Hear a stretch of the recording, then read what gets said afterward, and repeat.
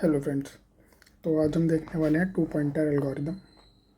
To pointer as its name establish as its name says, इसमें हमारे पास दो pointer होंगे। दो पॉइंटर का ये मतलब है कि हमारे पास दो वेरिएबल्स होंगे। ये वो पॉइंटर नहीं है जो C plus plus algorithm C plus plus language में हमारे पास होते हैं, जो एड्रेस को रेफरेंस करते हैं।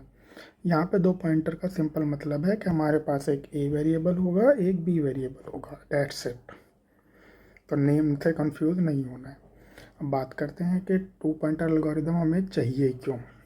देखिए, टू पॉइंटर एल्गोरिदम हम यूज़ करते हैं एरेस को ट्रैवर्स करने के लिए, खासकर तब जब हमें उनको दो बार ट्रैवर्स करने की ज़रूरत हो, टू टाइम्स। तो जब हम एरे को टू टाइम्स ट्रैवर्स करेंगे, सपोज एक फॉर लूप लेंगे आई वाला और उसके अंदर एक फॉर लूप लेंगे जे वाला, तो इसकी जो टाइम कॉम्प्लेक्सिटी आएगी वो आएगी ओ ऑफ एन स्क्वायर। इस ओ ऑफ एन स्क्वायर को ओ ऑफ एन में कन्वर्ट करने के लिए हम जो टाइम कॉम्प्लेक्सिटी जो एल्गोरिदम इस्तेमाल करते हैं उसका नाम है टू पॉइंटर एल्गोरिदम। तो मैंने यहाँ लिखा भी है कि हम इसे क्यों इस्तेमाल करते हैं। So to eliminate the need of nested loops and to reduce time complexity. Time complexity कम करना ज़रूरी क्यों है? Because we are software developer, we are software engineers, जिनका मेन काम ही यही होता है कि जब वो सॉफ्टवेयर डेवलप करें तो वो इतना एफिशिएंट होना चाहिए कि उसमें स्पेस और टाइम मिनिमाइज हो सके, मिनिमल हो सके। हमें एक ऑप्टिमल सॉल्यूशन डिलीवर करना होता है। But two pointer algorithm time तो कम करेगा, लेकिन स्पेस थोड़ा सा बढ़ जाएगा, क्योंकि हमें दो वेरिएबल्स इसमें लेने पड़ेंगे। तो अब हम देखते हैं कि टू पॉइंटर एल्गोरिदम है क्या और कैसे काम करेगी। एक एग्जांपल ले लेते हैं। लेट्स से ये एक एरे है जिसमें 1 2 3 4 5 6 7 ये एक एलिमेंट्स डाले हुए हैं। हमें इसमें ऐसे दो इंडाइसेस फाइंड करने हैं। क्या फाइंड करने हैं? दो इंडाइसेस फाइंड करने हैं जिनका जो सम है वो लेट से 8 आए। तो एक लेमन अप्रोच जो इस क्वेश्चन को करने की होगी, क्वेश्चन समझा आपने, हमें ऐसे दो इंडाइसेस फाइंड करने हैं जिनका जो सम है वो 8 आए। यानी कि लेट से वो दो इंडाइसेस कौन से हो सकते हैं? वो 6 और 2 हो सकते हैं, वो 3 और 5 हो सकते हैं, वो 1 और 7 हो सकते हैं। ठीक है, अभी हम 8 की बात कर रही है, सम कुछ भी हो सकते हैं, सब 9 भी हो सकता है। अगर 9 होगा तो ये 6 और 3 हो जाएगा। तो हम ये अभी हम 8 की बात किया, हम 8 नहीं लेते क्योंकि पहले ही मिल जाएगा हमें, हम 9 ले लेते। लेट से हमें 9 फाइंड करना है। तो एक ऐसा स्टूडेंट जिसको टू पॉइंटर एल्गोरिदम नहीं पता, वो इसको कैसे करेगा? वो सबसे पहले एक फॉर लूप लेगा, उसमें आई चलाएगा, 0 से आई चलेगा लेस देन n तक, और आई का होगा इंक्रीमेंट। ठीक है, फिर इसके अंदर वो एक जे चलाएगा, क्योंकि हमें दो बार ट्रेवर्स करना है, हम पहले यहाँ पे चेक करेंगे, फिर लेट से आई यहाँ है, जे उससे आगे वाले पे होगा, दोनों को ऐड करके देखेंगे, नहीं आया जे को बढ़ा देंगे, फिर जे को बढ़ा देंगे, फिर जे का इंक्रीमेंट होगा। अगर तब भी नहीं होगा तो क्या होगा? हम जब लेट से जे 7 तक आ गया तो फिर हम आई को इंक्रीमेंट करेंगे। तो इस तरीके से हम एक दो लूप चलाएंगे एरे को दो बार ट्रेवर्स करने के लिए। तो इससे होगा क्या? जो टाइम कॉम्प्लेक्सिटी है, क्योंकि नेस्टेड लूप से ये ध्यान रखिए, नेस्टेड लूप जब होते हैं तो जो टाइम कॉम्प्लेक्सिटी होती है दोनों लूप्स की वो मल्टीप्लाई होगी। तो पहले लूप के टाइम लगेगा n, दूसरे लूप का टाइम लगेगा n into n equals to n square. So जो टाइम कॉम्प्लेक्सिटी आ रही है वो n स्क्वायर जा रही है, और n स्क्वायर एक बहुत ज़्यादा टाइम कॉम्प्लेक्सिटी है दोस्तों। तो हमें इसको सॉल्व करना था, तो हमने क्या करा? हमने इस्तेमाल करी टू पॉइंटर एल्गोरिदम। अब टू पॉइंटर एल्गोरिदम हमने कैसे इस्तेमाल करी? हमने सबसे पहले दो वेरिएबल्स ले लिए। लेट से एक लेफ़्ट वेरिएबल ले लिया और एक राइट वेरिएबल ले लिया। लेफ़्ट वेरिएबल की जो वैल्यू है वो 0 है, और राइट वेरिएबल की जो वैल्यू है वो है एरे की लेंथ माइनस 1।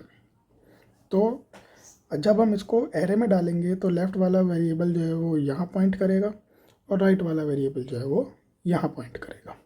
ये लेफ़्ट हो गया, ये राइट हो गया।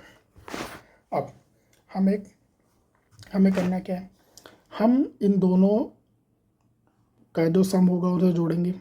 लेट्स से एरे का लेफ़्ट वेरिएबल का सम 1 है, दूसरे का 7 है, जोड़ के आया 8। यह हमारा टारगेट नहीं है तो हम इसे अलग कर देंगे।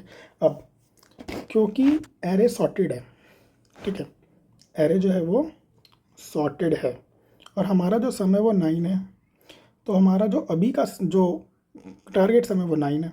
हमारा जो करंट सम आया वो 8 आया, जो कि 9 से छोटा है। छोटा होने का मतलब ये है कि जो हमारी लेफ़्ट वाली वैल्यू है हमें उसको इंक्रीमेंट करना पड़ेगा ताकि वो बड़ी वैल्यू के साथ मिलके इसको मैच कर सके। तो हम क्या करेंगे, हम लेफ़्ट वाले में एक इंक्रीमेंट कर देंगे, उसके बाद फिर एरे का लेफ़्ट लेंगे और एरे का राइट लेंगे, दोनों को जोड़ेंगे और एरे का जो लेफ़्ट है वो इंक्रीमेंट होकर अब 2 पर आ गया है, तो दोनों जुड़ के अब क्या हो जाएगा 2 + 7 = 9। टारगेट सब मैच हो गया, क्वेश्चन ख़त्म हो गया। This is the simplest logic of 2 pointer algorithm. अगर थोड़ा सा कोड देखना, वैसे तो मैं कोड बताता नहीं हूँ पर आप लोगों के लिए बता देता हूँ। एक वाइल लूप होगा जिसमें लेफ़्ट वाला चलेगा कब तक, जब तक वो राइट वाले से छोटा है या उसके बराबर। ये तो छोटा ही है क्योंकि बराबर भी हम नहीं लेंगे, क्योंकि ये हमें 2 इंडेक्सेस अलग अलग निकालने हैं। तो जब तक लेफ़्ट इंडेक्स राइट इंडेक्स से छोटा है तब तक ये लूप चलेगा।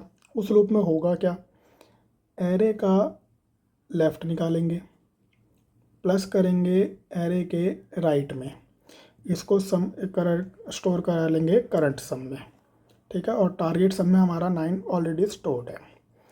अब इफ़ कंडीशन चेक होगी कि क्या करंट सम टारगेट सम के बराबर है। अगर है तो लूप एंड वेरी वेल दोनों इंडेक्सेस को प्रिंट कर देंगे। अगर नहीं है, एल्स क्या है, क्या करंट सम लेफ़्ट टारगेट सम से छोटा है। अगर ऐसा है तो क्या करना है, लेफ़्ट वाले को एक बढ़ा देना है, ठीक है, लेफ़्ट वाला आगे मूव हो जाएगा, लूप दोबारा रन होगा। और वरना क्या हो सकता है कि करंट सम हो सकता है टारगेट सम से बड़ा हो, तो हमें क्या करना है, हमें राइट वाले को एक घटा देना है ताकि राइट वाला इंडेक्स यहाँ से शिफ्ट होके इधर आ जाए, इस वाले पर आ जाए और हम उन दोनों को मैच कर सकें, ठीक है। इसी तरीके से ये लूप चलेगा। ये छोटा सा सूडो कोड है, आप इसको देख सकते हैं। और 2 पॉइंटर एल्गोरिदम का कॉन्सेप्ट बस इतना ही है।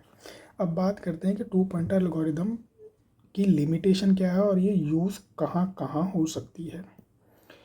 तो 2 पॉइंटर एल्गोरिदम कहीं भी ऐसे यूज़ केस में हो सकते हैं जहाँ हमें एरे के 2 इंडाइसेस प्रिंट करने हो ताकि हमें एरे को 2 बार ही ट्रैवर्स ना करना पड़े, एक ही बार के ट्रैवर्सर में काम हो जाए। उसके अलावा इसकी एक लिमिटेशन ये है कि ये सिर्फ और सिर्फ सॉर्टेड एरे पर काम करेगी। इसको सॉर्टेड डेटा चाहिए, क्योंकि अगर डेटा सॉर्टेड नहीं होगा तो हम ये डिसाइड नहीं कर पाएंगे कि हमें कौन से वेरिएबल को या कौन से पॉइंटर को आगे मूव कराना है और कौन से पॉइंटर को पीछे मूव कराना है। तो 2 पॉइंटर एल्गोरिदम की एक ये लिमिटेशन है कि उसके लिए हमें सिर्फ और सिर्फ सॉर्टेड डेटा चाहिए। पर ज़िंदगी इतनी आसान तो होती नहीं। अगर हमारे पास सॉर्टेड डेटा नहीं है तो हम क्या करें, तो हमारे पास एक तरीका है कि हम पहले एरे को सॉर्ट कर लें। एरे को अगर सॉर्ट करेंगे और उसके बाद अगर 2 पॉइंटर एल्गोरिदम रन करेंगे तो उसकी जो कॉम्प्लेक्सिटी निकल कर आएगी वो आएगी n log n। ये डिपेंड करेगा आप कौन सी सॉर्टिंग टेक्निक इस्तेमाल कर रहे हैं। आपने कोई कॉम्प्लेक्स बबल सॉर्ट ले लिया तो वो तो ऑलरेडी n² है, ओके। तो हमारी जो कॉम्प्लेक्सिटी सॉर्टिंग प्लस 2 पॉइंटर में निकल कर आएगी वो आएगी O(n) log n, जो कि इस कॉम्प्लेक्सिटी से ज़्यादा है। तो हमें इसको रिड्यूस करना पड़ेगा। इसको रिड्यूस करने के लिए हमारे पास और कई टेक्निक्स हैं, जिनमें से एक टेक्निक जो हम इसमें इस्तेमाल करेंगे वो होगी हैशिंग। हैशिंग वो टेक्निक है जो मैश डेटा पर काम करेगी, जो अनसॉर्टेड एरे पर काम करेगी, और आपका जो रिज़ल्ट है वो आपको O ऑफ n कॉम्प्लेक्सिटी में मिल जाएगा। हैशिंग के बारे में अगली वीडियो में देखेंगे शायद। अभी के लिए ये वीडियो यहीं पे एंड करते हैं। 2 पॉइंटर एल्गोरिदम मैंने आपको समझा दिया। आप मुझे बताइए कैसी लगी। Thank you.